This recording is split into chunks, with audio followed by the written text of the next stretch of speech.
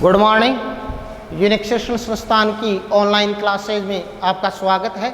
और कल हम जो 12th क्लास की राजनीति विज्ञान है उसके अंदर हमारा जो टॉपिक चल रहा था वो है संघीय न्यायपालिका, जिसके अंदर हम अध्याय तीसरा है, जिसके अंदर हम चर्चा कर रहे थे कि जो संघीय न्यायपालिका है उसकी पृष्ठभूमि के बारे में हमने चर्चा की कि भारत के अंदर जो शीर्ष के ऊपर जो न्यायपालिका के शीर्ष के ऊपर जो सुप्रीम कोर्ट है, जिसको हम सर्वोच्च न्यायालय के नाम से जानता है, वो भी अन्य देशों के अंदर जिस प्रकार से अन्य देशों के जो सुप्रीम कोर्ट है महत्वपूर्ण भूमिका निभाते हैं, इसी प्रकार से भारत के अंदर भी महत्वपूर्ण न्यायिक प्रक्रिया का सर्वोच्च संगठन है वो।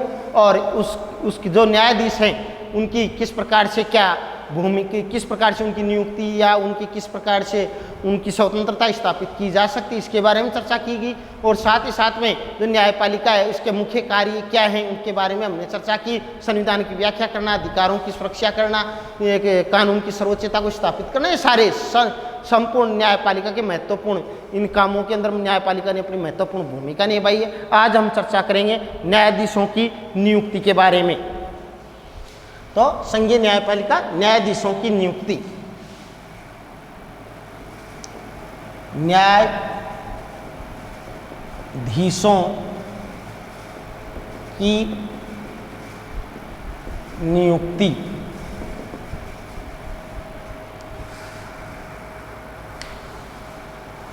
तो न्यायाधीशों की नियुक्ति के बारे में अपन चर्चा करेंगे। कल हमने ये चर्चा की थी कि भारतीय संविधान के अंदर न्यायपालिका की पृष्ठभूमि क्या है, न्यायपालिका की क्या भूमिका है। भूमिका के अंदर हमने जानकारी प्राप्त की कि कानून की सुरक्षा करने का, कानून की व्याख्या करने का, व्यक्तियों के अधिकारों की सुरक्षा करने का जिम्मा किसका है, न्यायपालिका का। अब फिर हमने चर्चा की थी कल ही कि न्याय जो पालिका है उसके अंदर न्यायाधीशों की स्वतंत्रता को कैसे स्थापित किया जा सकता है, उसके बारे में हमने 6 बिंदुओं में चर्चा की थी कि न्यायाधीशों की नियुक्ति के मामले में विधायिका को दूर रखा जाए। साथ ही साथ में हमने कि जो दलगत राजनीति से दूर होनी चाहिए न्यायपालिका, या न्यायाधीशों को दलगत राजनीति से दूर रहना चाहिए, ऐसी व्यवस्था होनी चाहिए। साथ ही कानून का विशेषज्ञ होना चाहिए। साथ ही साथ में कि उनका कार्यकाल भी एक सुनिश्चित होना चाहिए, उनके कार्यकाल को उनके काम करने के दौरान कम नहीं किया जा सकता है। और संसद उनको जो यदि उनके आचरण पे तभी चर्चा कर सकती है जब उनके खिलाफ कोई महाभियोग का प्रस्ताव पारित है, ऐसी स्थिति में संसद के अंदर चर्चा की जा सकती है उनके आचरण पे, अन्यथा संसद में किसी प्रकार की चर्चा नहीं की जाएगी न्यायाधीशों के आचरण के ऊपर। ये सब इन बिंदुओं के आधार पे हम न्यायपालिका की स्वतंत्रता को सुनिश्चित कर सकते हैं। और यदि इन बिंदुओं की पालना कर दी जाए तो न्यायपालिका स्वतंत्र होकर के अपना निर्णय देगी, न्यायपालिका अपनी न्याय के रूप में महत्वपूर्ण भूमिका निभाएगी। आज हम चर्चा करेंगे कि न्यायाधीशों की नियुक्ति के बारे में। तो देखो, न्यायाधीशों की नियुक्ति के बारे में, नियुक्ति कौन करता है भाई यहाँ पर न्यायपालिका के अंदर? जो राष्ट्रपति जो सुप्रीम कोर्ट है, चाहे हमारा उच्चतम न्यायालय, चाहे हाई कोर्ट है, उन न्यायाधीशों की नियुक्ति कौन करता है? राष्ट्रपति। राष्ट्रपति कैसे करता है? इसके अंदर एक पैनल बना हुआ है, उस पैनल का नाम है कॉलेजियम व्यवस्था के द्वारा। तो देखिए, न्यायाधीशों की नियुक्ति सर्वोच्च न्यायालय और उच्च न्यायालय के न्यायाधीशों की नियुक्ति राष्ट्रपति करता है। तो साधारण सी बात है, सर्वोच्च न्यायालय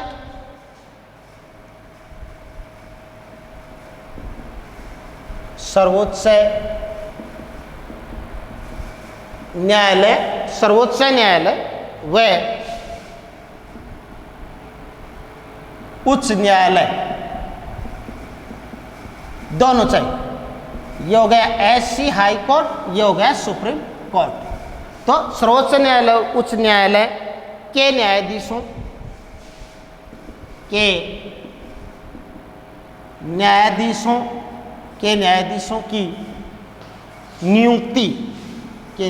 की नियुक्ति कौन करता है भाई? नियुक्ति राष्ट्रपति करता है। राष्ट्रपति करता है। कौन करता है? राष्ट्रपति करता है। यह नियुक्ति राष्ट्रपति कॉलेजियम व्यवस्था के द्वारा करता है। ये नियुक्तियां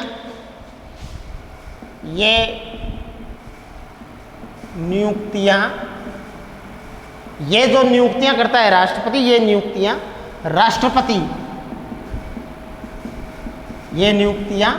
राष्ट्रपति कॉलेजियम व्यवस्था के द्वारा करता है।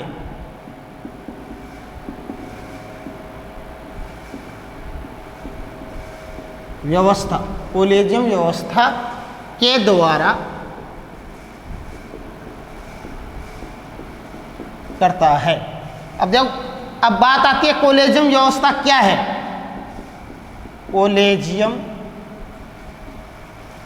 व्यवस्था, अब बात आती है कोलेजियम व्यवस्था है क्या, इसके बारे में अपन चर्चा करेंगे कि कोलेजियम व्यवस्था एक पैनल है, उस पैनल में कौन कौन होते हैं, वो पैनल जो नाम सुझाएगा, जो नामों की सूची देगा, उन सूची के अंदर से क्या होगा, न्यायाधीशों की नियुक्ति की जाएगी। उन सूची में से न्यायाधीशों की नियुक्ति कौन करेगा, राष्ट्रपति करेगा।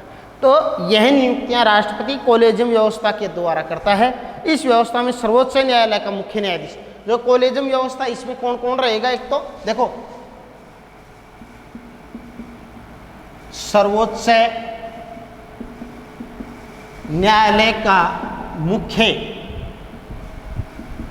न्यायाधीश, एक तो ये रहेगा इसके अंदर। और कौन रहेगा, सर्वोच्च न्यायालय का मुख्य न्यायाधीश रहेगा इस कोलेजियम व्यवस्था के अंदर, और 4 अन्य वरिष्ठतम न्यायाधीश, 4 अन्य वरिष्ठतम न्यायाधीश इस पैनल में रहेंगे, कोलेजियम व्यवस्था में।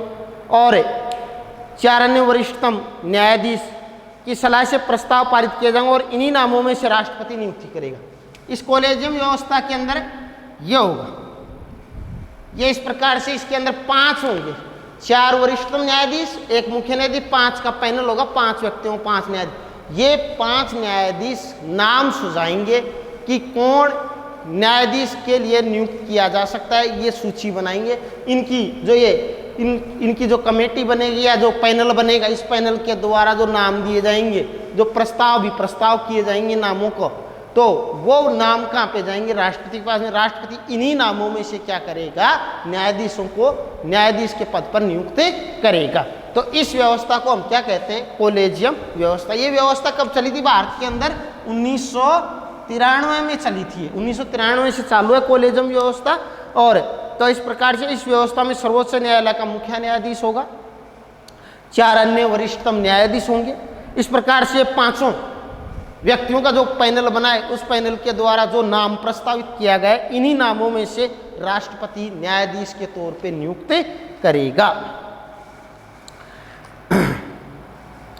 अतः इस प्रकार सर्वोच्च न्यायालय ने नियुक्तियों की सिफारिश के संबंध में सामूहिकता का संबंध, कहने का मतलब एक व्यक्ति के द्वारा, जो राष्ट्रपति अपनी मनमर्जी से, हम अपनी इच्छा से किसी भी व्यक्ति को न्यायाधीश नियुक्त नहीं करेगा। तो यहाँ पे हमारे को क्या चीज़ दिखाई देती है, इसको हम सामूहिकता का सिद्धांत कह सकते हैं। सामूहिकता का सिद्धांत स्थापित किया गया क्योंकि ये समूह है, तो इसको कहते हैं सामूहिकता का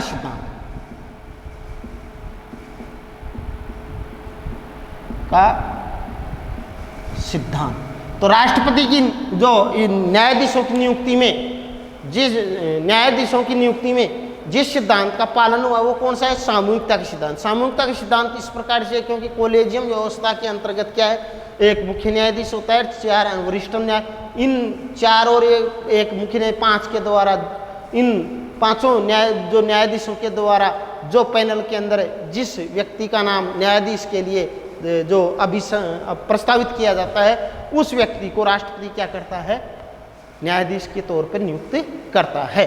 तो इसको हम कहते हैं सामूहिकता का सिद्धांत। कहने का मतलब राष्ट्रपति एक के द्वारा, ये समूह है 5 व्यक्तियों का, ये तय करेगा, नाम अभी प्रस्तावित करेगा, उन नामों में से क्या करेगा, राष्ट्रपति नियुक्त करेगा। राष्ट्रपति अपनी इच्छा से किसी भी व्यक्ति को क्या है, न्यायाधीश के तौर पे नियुक्त नहीं करता है, बल्कि यहाँ पे सामूहिकता के सिद्धांत का पालन हुआ है। समूह के अंदर, ये समूह है 5 व्यक्तियों का, ये इस पैनल के अंदर जिन व्यक्तियों की सूची तैयार होगी, उन सूची में से राष्ट्रपति क्या करेगा, जो न्यायाधीशों की नियुक्ति करेगा। ये व्यवस्था क्या कहलाती है, कोलेजियम व्यवस्था। 1993 से हमारे देश में चालू है।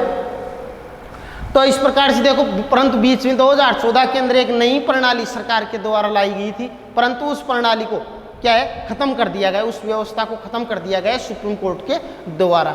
जो 99 संविधान संशोधन जो 2014 के द्वारा लाया गया था, एनजेसी जो से, तो उसको संविधान संशोधन विधेयक था, वो 121वां था, जो परंतु उस व्यवस्था को क्या है, भारत के अंदर नहीं अपनाया गया और सुप्रीम कोर्ट ने उसको खारिज कर दिया या समाप्त कर दिया है।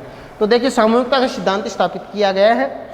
सर्वोच्च न्यायालय और उच्च न्यायालय के न्यायाधीशों की नियुक्ति की नई प्रणाली को सर्वोच्च न्यायालय द्वारा असंवैधानिक घोषित करते हुए निरस्त कर दिया गया। एक नई प्रणाली लाई गई थी सरकार के द्वारा 2014 के अंदर, और इस नई प्रणाली को एक आयोग बनाया गया था। उस आयोग का नाम था NJAC।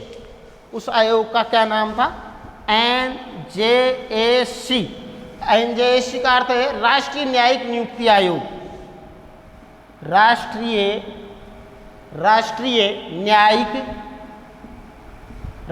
न्यायिक नियुक्ति आयोग।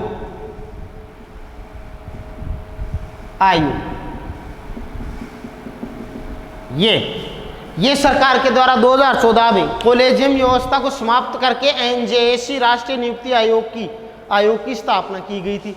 और इस आयोग का कार्य यह था कि न्यायाधीशों की नियुक्ति करना, परंतु सुप्रीम कोर्ट ने अपने फैसले के अंतर्गत जो इस आयोग को समाप्त कर दिया है, इस आयोग को निरस्त कर दिया है और वापस कॉलेजियम व्यवस्था को स्थापित कर दिया। जो पुरानी व्यवस्था थी कॉलेजियम, उसी को वापस लागू कर दिया गया है। तो देखो सर्वोच्च न्यायालय और उच्च न्यायालयों में न्यायाधीशों की नियुक्ति की एक नई प्रणाली को सर्वोच्च न्यायालय द्वारा असंवैधानिक घोषित किया गया था, और वो नई प्रणाली थी राष्ट्रीय न्यायिक नियुक्ति आयोग। जो न्यायाधीशों की नियुक्ति करेगा इसको असंवैधानिक घोषित कर दिया गया है। सर्वोच्च न्यायालय ने अपने फैसले में, सुप्रीम कोर्ट ने अपने फैसले के अंदर 99वें संविधान संशोधन द्वारा 99वें संविधान संशोधन 2000 द्वारा राष्ट्रीय न्यायिक नियुक्ति आयोग जो अधिनियम को असंवैधानिक करार देते हुए उसको निरस्त कर दिया गया है। इसको किसके द्वारा? राष्ट्रीय न्यायिक नियुक्ति आयोग को सुप्रीम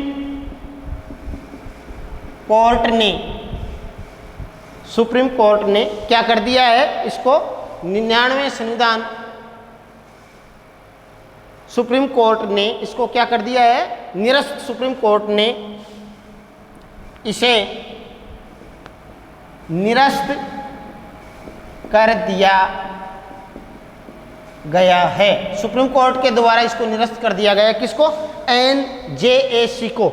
और इसकी स्थापना किसके द्वारा की गई थी? 99वें संवैधानिक, इसकी स्थापना की गई थी 99वें संवैधानिक संशोधन अधिनियम 2014 द्वारा।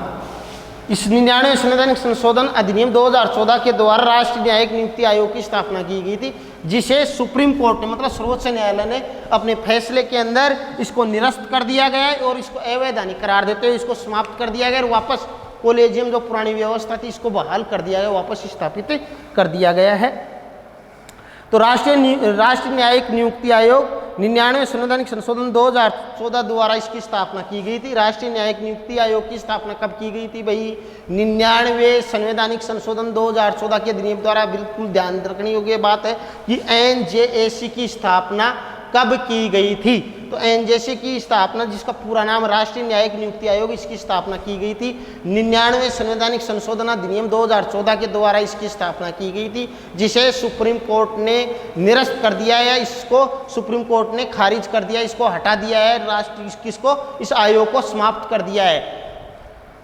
तो 99वें संवैधानिक संशोधन 2014 द्वारा जो राष्ट्रीय न्यायिक नियुक्ति आयोग की स्थापना की गई थी तथा संसद ने 121वां संवैधानिक संशोधन विधेयक पारित करते हुए, किसने? संसद ने। कौन सा? 121वां संवैधानिक संशोधन विधेयक जो पारित करते हुए इसको पारित किया था और इसकी स्थापना की गई थी। इस आयोग का अध्यक्ष भारत का जो राष्ट्रीय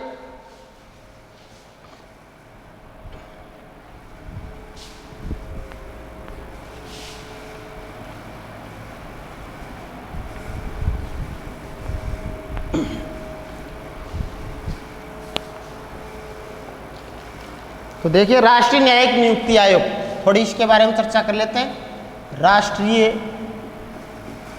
राष्ट्रीय न्यायिक नियुक्ति आयोग,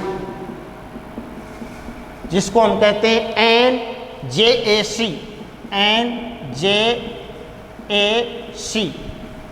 सबसे पहले आती है इसकी स्थापना। स्थापना कब हुई थी इसकी? इसकी स्थापना जो हुई थी वो हुई थी 99वें संवैधानिक संशोधन, 99वें संवैधानिक संशोधन, 99वें संवैधानिक संशोधन 2014 द्वारा इसकी स्थापना की गई थी। किसकी? एनजेएसी की स्थापना किस प्रकार से की थी? संसद ने 99वां संवैधानिक संशोधन 2014 द्वारा इसकी स्थापना की थी। और संसद में कौन सा विधेयक लाया गया था? संसद में 121वां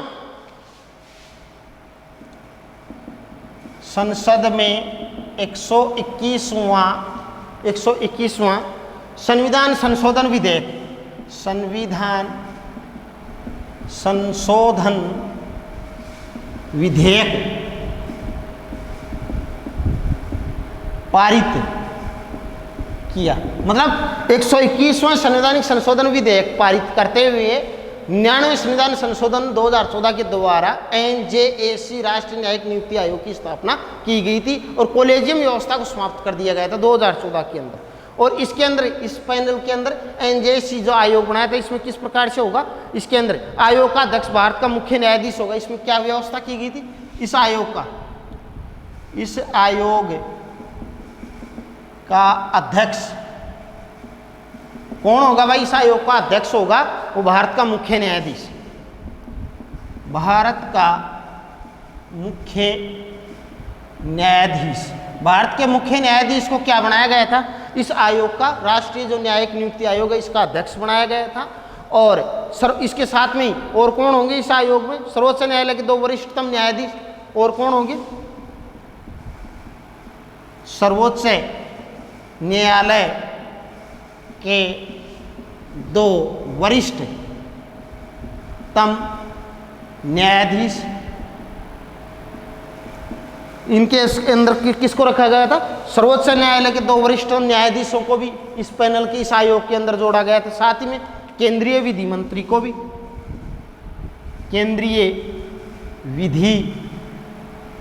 केंद्रीय जो विधि और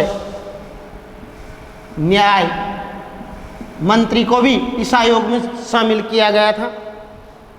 तथा और इसके साथ में और किसको शामिल किया गया था? 2 विख्यात व्यक्ति, 2 विख्यात कौन? कानून के 2 विख्यात, कानून के जो विख्यात होंगे, 2 कानूनी विख्यात व्यक्ति, 2 विख्यात व्यक्ति इसके सदस्य होंगे। इस प्रकार से इस संपूर्ण, जिसके अंदर 99वें संविधान संशोधन द्वारा राष्ट्रीय न्यायिक नियुक्ति आयोग की स्थापना की गई, एक संसद के अंदर 121वां संविधान संशोधन विधेयक पारित करते हुए इस आयोग के अंदर क्या, किस प्रकार से था? भारत का मुख्य न्यायाधीश को अध्यक्ष बनाया गया। इसके अंदर 2 वरिष्ठ न्यायाधीशों को और जगह दी गई। केंद्रीय विधि मंत्री को भी इसके अंदर, इस एनजेसी के अंदर जगह प्रदान की गई। और साथ में 2 विख्यात। इस प्रकार से सब 2, इस प्रकार से टोटल इस आयोग में टोटल सदस्य इस एनजेएसी में टोटल सदस्य इस एनजेएसी में कितने होंगे भाई? 6 सदस्यों का बना था। कितने सदस्यों का बना था? 6 सदस्यीय आयोग बना था।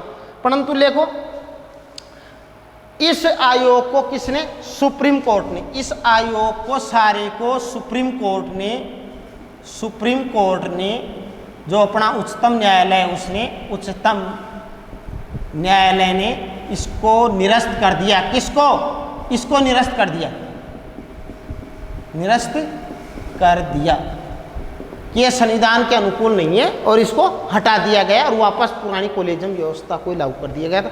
तो राष्ट्रीय नियुक्ति आयोग का क्या था? इसको हटा दिया गया। ये सारी बातों की अपन चर्चा की। और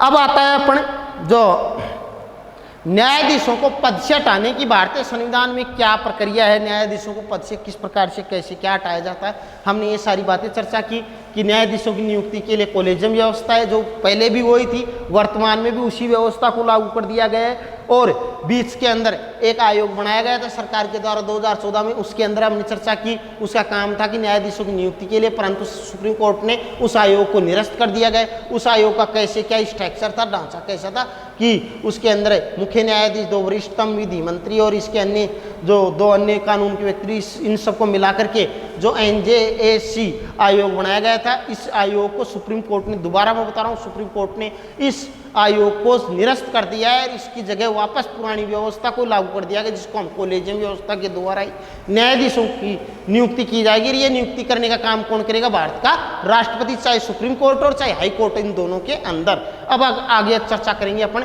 कि न्यायाधीशों को पद से किस प्रकार से हटाया जा सकता है। तो ये तो न्यायाधीशों की नियुक्ति। अब आती है हमारे सामने न्यायाधीशों को पद से किस प्रकार से हम हटा सकते हैं।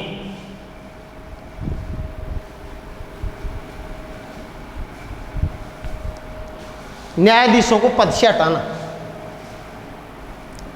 न्यायाधीशों को पद से हटाना, इसके लिए हम पहले भी चर्चा कर चुके हैं कि न्यायाधीशों को पद से कैसे हटाएंगे। साधारण सी बात है, महाभियोग की प्रक्रिया के द्वारा उनको पद से हटाया जा सकता है। पर पद से कब हटाया जाएगा? कि कदाचार साबित, कि उनका आचरण गलत साबित होने पर, कदाचार साबित, या उन्होंने कहीं पे कोई संविधान का उल्लंघन कर दिया, संविधान की अवहेलना की है, ऐसी स्थिति में, या कहीं संविधान का उन्होंने दुरुपयोग किया, ऐसी स्थिति में उनके ऊपर संसद महाभियोग की प्रक्रिया ला करके और उनको पद से हटा सकती है न्यायाधीशों को। और संसद की जो महाभियोग की प्रक्रिया है, इसके अंदर 2/3 बहुमत से उनके खिलाफ यदि प्रक्रिया पूरी कर दी जाती है, संसद में 2/3 बहुमत से प्रस्ताव पारित कर दिया जाता है, तो न्यायाधीश को पद से हटा हुआ मान लिया जाएगा। ये हमारे देश में अभी तक केवल एक बार हुआ है, परंतु वो भी पूर्ण नहीं हो पाया। प्रक्रिया प्रारंभ की गई थी, परंतु किसी न्यायाधीश को अभी तक ये पूरी प्रक्रिया से नहीं गुजरा है, नहीं किसी न्यायाधीश को हटाया गया है। तो इसके अंदर देखो, सर्वोच्च न्यायालय और उच्च न्यायालय के न्यायाधीशों को कदाचार साबित होने अथवा अयोग्यता की दशा में, 2 ही चीज़ों में, देखो कदाचार साबित होने, 2 ही दशा के अंदर, कदाचार साबित होने, या दूसरी है, या हम अयोग्यता की दशा में, या अयोग्यता की दशा में होने पर, ये इन 2 कंडीशन में क्या है, उनको न्यायाधीशों क्या है, पद से हटाया जा सकता है। ये 2 कंडीशन हो रही है कि कदाचार साबित हो रहा है न्यायाधीश के खिलाफ, या उसके अंदर अयोग्यता की दशा पाई जा रही है। तो ऐसी स्थिति में उनको महाभियोग की प्रक्रिया के द्वारा न्यायाधीश को उसके पद से हटाया जा सकता है। इसके लिए संसद के एक विशेष बहुमत की आवश्यकता होती है। इसके लिए क्या होगा? संसद के एक विशेष बहुमत की आवश्यकता होती है। किसकी आवश्यकता होती है? एक विशेष बहुमत की। और इस विशेष बहुमत को कहते हैं महाभियोग। महाभियोग की प्रक्रिया क्या कहते हैं? इस विशेष बहुमत को हम महाभियोग की प्रक्रिया कहते हैं। यदि इस विशेष बहुमत के अंतर्गत होता है, इसको कहते हैं महाभियोग। विशेष बहुमत में क्या होता है कि संसद के 2/3 बहुमत से पारित होना चाहिए। संसद के अंदर जो सदस्य संख्या है, उसका 2/3 सदस्य यदि पारित कर दे प्रस्ताव किसी न्यायाधीश के खिलाफ, तो उस यदि ये प्रक्रिया दोनों सदनों से 2/3 बहुमत से पारित हो जाती है किसी न्यायाधीश के खिलाफ की, तो उसको पद से हटा हुआ मान लिया जाता है।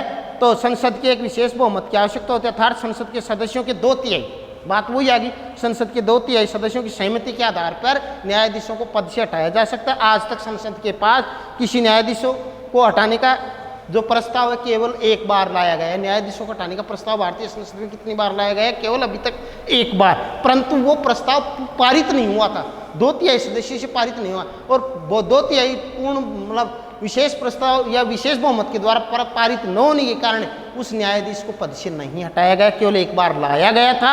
और इस मामले में 2/3 सदस्यों ने प्रस्ताव पारित तो कर दिया, 2/3 सदस्यों ने प्रस्ताव को पारित भी किया गया था, लेकिन न्यायाधीश को पद से नहीं हटाया जा सका, क्योंकि सदन की कुल सदस्य संख्या, क्योंकि इसके अंदर कंडीशन कि सदन है उसकी कुल सदस्य संख्या का पूर्ण जो बहुमत है वो प्रस्ताव पारित नहीं हो उसका, ऐसी स्थिति के अंदर क्या है, भारत के अंदर ये प्रक्रिया एक बार भी पूर्ण नहीं हो पाई है। तो केवल लाया जरूर गया था परंतु ये प्रक्रिया पूर्ण नहीं हुई। तो इस प्रकार से किसी भी न्यायाधीश को अभी तक कोई हटाया नहीं गया। तो इसको हम कह सकते हैं महाभियोग की प्रक्रिया के द्वारा या संसद के विशेष बहुमत के द्वारा न्यायाधीशों को हटाया, उसके पद से हटाया जा सकता है। अब अपन चर्चा करेंगे, कल करेंगे इस पर। ये तो थी न्यायाधीशों को पद से हटाने की, साधारण से इसमें संसद के विशेष बहुमत से या हम कह सकते हैं संसद के महाभियोग के प्रस्ताव के द्वारा न्यायाधीशों को पद से हटाया जा सकता है। कैसे हटाया जा सकता है मैंने बता दिया। संसद के जो बहुमत है उसका 2/3 प्रस्ताव से 2/3 बहुमत से प्रस्ताव पारित होना चाहिए। तो इस प्रकार से संसद के सदस्य, संसद के द्वारा न्यायाधीशों को पद से हटाने की प्रक्रिया हो सकती है। किस दिशा में उनके ऊपर महाभियोग की प्रक्रिया या विशेष बहुमत की प्रक्रिया काम करेगी? यदि कदाचार साबित होने पर या अयोग्यता की दशा में न्यायाधीशों को उनके पद से हटाया जा सकता है।